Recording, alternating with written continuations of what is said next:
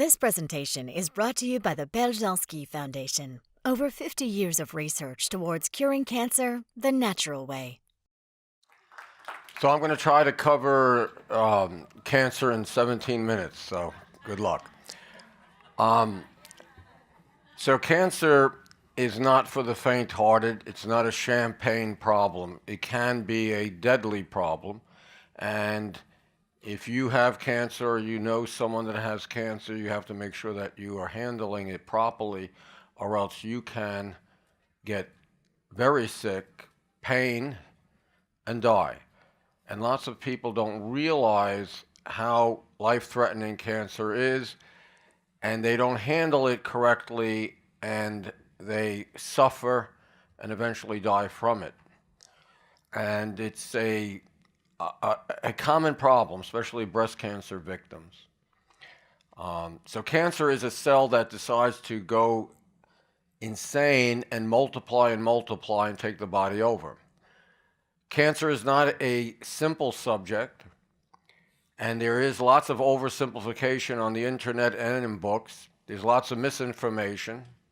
There's lies, charlatans that cost people their lives. And in my phone, I have pictures of patients that did the wrong thing, and their tumors are breast cancers coming out of the breast with ulcers in their lungs, in their bones, in their liver. So I can't stress how important it is to handle the situation correctly, because it can cost someone their life. So there's two major types of cancers. One is we call liquid cancer or liquid tumors. Those are the leukemias. The most common leukemia in adults are CLL, chronic lymphocytic leukemia. Then there's CML, chronic myelocytic leukemia. And then you have the acute leukemias that rapidly take your life. Acute myelocytic leukemia and acute lymphocytic leukemia, or ALL, AML. So that's one ball of wax, leukemias, where your bone marrow, a certain cell type, decides to multiply, crowd out the other cells, and you can be prone to infection, anemia, and you can bleed to death because you have no platelets.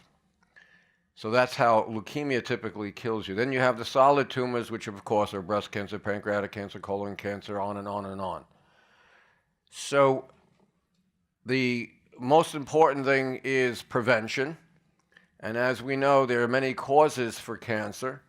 Lifestyle is huge, and the National Cancer Institute on their website says that 35% of cancers are due to diet. And then the lack of exercise, of course, and stress, which turns your immune system off. So a healthy lifestyle is very important. Trying to eat as organic as possible. Yes, it costs more money, but put a price on not getting cancer. Trying to lean towards vegetarianism, the Mediterranean diet, lots of leafy green vegetables, olive oil, garlic, onions, lots of clean, good water, filtered water, exercise, positive attitude, spirituality, all are good preventing cancer, and if you have cancer. There's genetics that we know, the BRCA gene. If you have BRCA1 gene, the woman has 65% chance of getting breast cancer, 39% ovarian cancer. BRCA2, 45% breast cancer, 11% ovarian cancer. So those are facts that you know you can get the cancer. So there is lots of genetics that can predispose you to cancer. But interestingly, when you think of those statistics, BRCA1, 65% get breast cancer. Well, why didn't the other 35% get it? What was the trigger that was not pushed? Environmental. So there's ways of avoiding getting a cancer even if you have the genes. And that's epigenetics, how the environment impacts on your genes. So the point is, healthy lifestyle, prevent cancer, don't get cancer. Second step up is, if you have a cancer, catch it early. Catch it in stage 0, which means you can't really measure it, but you stuck a needle in it and there is cancer there because there was something suspect, especially like breast cancer when there's a calcification. That's when that usually happens. We call it, again, stage 0. Stage 1 is when you can measure it, And then stage 2 is when it becomes 2 centimeters or more, less than 5 centimeters, because if it's 5 centimeters, we classify it as stage 3. Or if you have lymph nodes. But anyway, the point is that earlier that you catch the cancer, your survival rate will be much higher, and you will not suffer, and you won't have to have radical surgery. Again, breast cancer, a lumpectomy is better than a mastectomy, and you don't have to get chemo, you don't have to get radiation, thank God. So women should do self-exam every month, the first of the month, in the shower, so you don't forget it and you have a habit. And also palpate under the underarm, the axilla, and the supraclavicular area, the hollow right here, because sometimes you can't feel the nodule in the breast, but it's here and here. I'm talking fast because there's no way of covering everything, and I'm sorry for talking so fast, but okay. So, early diagnosis of cancer saves your life. And there's blood tests that are helpful. Self-exam again, colonoscopy, ultrasounds of the breast, mammograms, and yes, you worry about the radiation, so you control it, perhaps not every year, and you splice an ultrasound in the middle. People get thermographies. Unfortunately, I have not found thermographies to be very sensitive, and in 1 week, it cost 2 patients their life because they leaned on thermography. It was negative, but they had cancer. And then the time they realized that they were stage 4, and the oncology book will say that stage 4 breast cancer and colon cancer are not curable. So catching things early, it's easier to put out a 1 alarm fire than a 10, right? So that's something to always remember. Get your physicals, have your prostate checked, your colon checked, your breast checked. Get good blood tests. Make sure you get inflammatory markers, C-reactive protein, homocysteine, sed rate, because that might reveal a cancer that would be missed. So next step up, you have the cancer, what to do. So breast cancer, there's a big argument which costs people their life. And I'm going to fold, what I like to do with my patients is tell them the yays and the nays, the pros, the cons, and give them the true information about each side and let them decide. If I think they're making a very bad mistake, I will say so.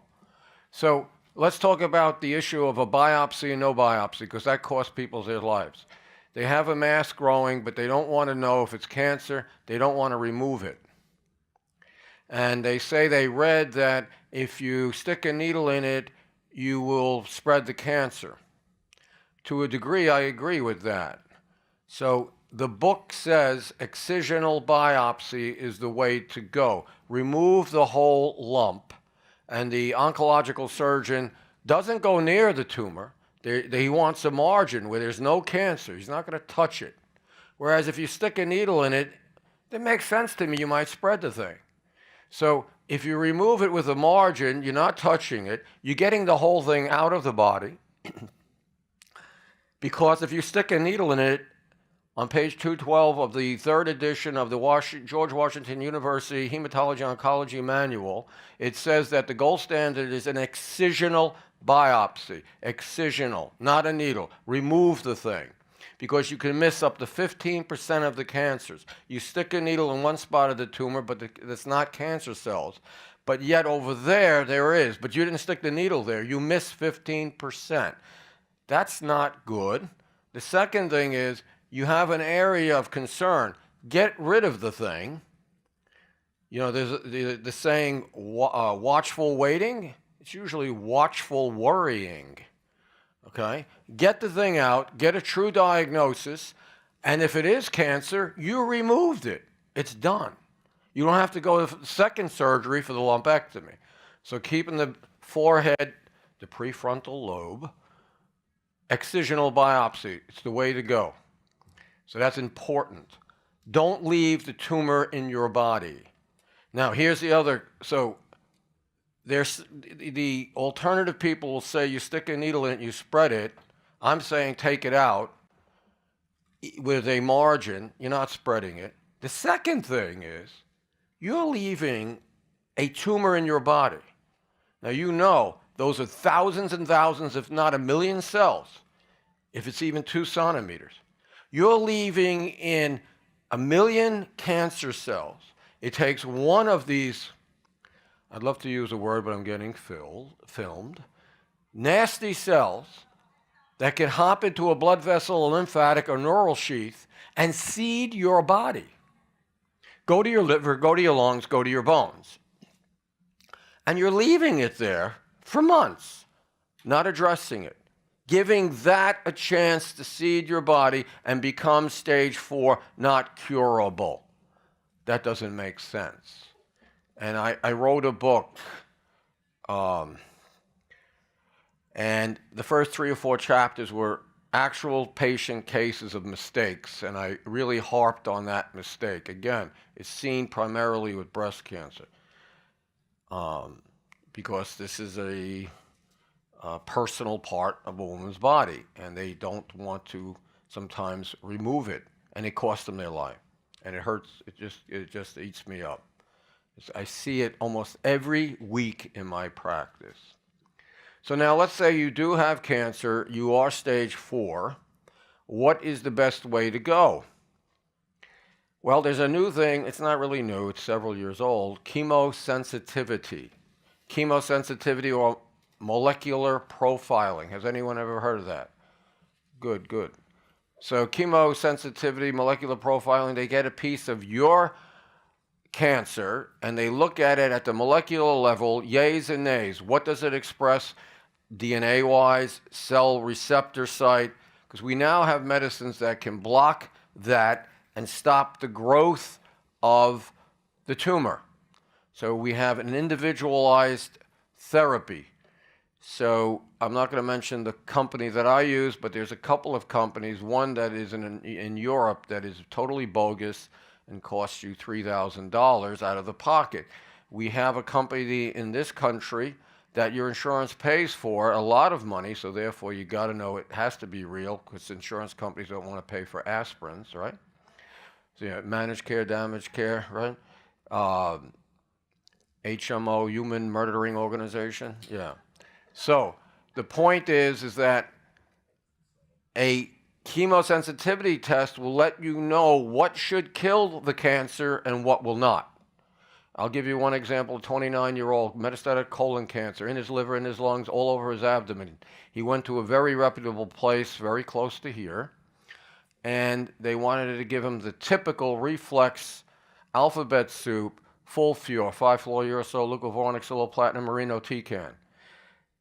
We did the chemosensitivity test. Only 5-fluorouracil was sensitive. All the other medicines, his tumor was resistant. So if he would have took that concoction, he would have been taking, in my book, 3 poisons. No benefit, but lots of possible side effects. So he said, no, don't give me that. Give me what the study showed will kill my cancer. So that's benefit number 1 of that type of assay, test, chemosensitivity. The second benefit is it gives you more tools in your toolbox, because it's going to let you know other medicines that there hasn't been a double-blind statistical study yet for your cancer. So let's say you had colon cancer, and we know of 6 or 7 drugs that a straight oncologist or a hospital will use sequentially. You know, after plan A fizzles out, they go to plan B and plan C. You don't have to be brilliant to know the drugs.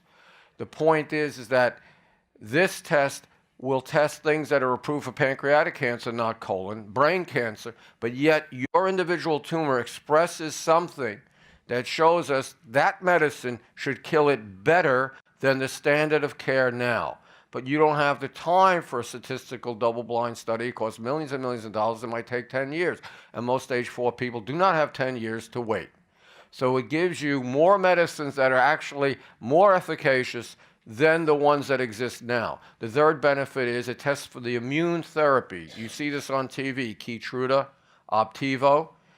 So Keytruda, Opdivo, and there's other ones, remove the shield that cancer cells have, which makes them not visible to your immune system.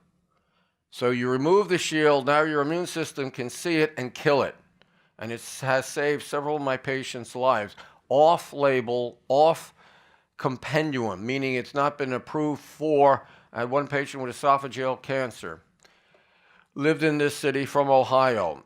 Make a long story short, he came to my office in a wheelchair, a tracheostomy, and a peg in his stomach. He couldn't breathe. He couldn't swallow. The mass was so big. I thought he was going to be dead in 2 weeks. We did Keytruda. Actually, I let Sloan Kettering do it. I talked to them. They got it for him, off-label, and I immune boosted him in my office. He is now disease-free, riding his bike in this godforsaken city. So it saved his life. And that was a nuance. It wasn't even approved for esophageal cancer. Now, there's a way of delivering medicine to target cancer cells specifically. That's the biggest problem with medicines. You have too much collateral damage. You get this toxic stuff, it poisons your whole body, not just the cancer. And it's called insulin potentiation therapy. Insulin potentiation therapy, IPT. There's 2 books. I talk about it in my book. And the one book is Insulin Potentiation by Hauser. Another book, The Kinder, Gentler Cancer Treatment by Dr. Ayers, Dr. Linschitz, which this whole thing started from Dr. Linschitz. So insulin potentiation targets the cancer cells. There's less collateral damage. You don't get as sick, and there's more cancer kill. So how it works is that cancer cells have 1,000 to 10,000 more insulin receptor sites than normal cells. Why is that important? An insulin receptor site is like a door into the cell. So you have 1,000 doors in a cancer cell and only one in a normal. So we give you a small amount of insulin, opens up those 1,000 doors, then we give you the selected medicine, and then you eat a sugary food to kick the medicine through the door, insulin opened, worm on the hook, a double-baited, I'm done, system. So that's the way we give insulin, IPT, insulin potentiation therapy, creating better quality of life and better cancer kill.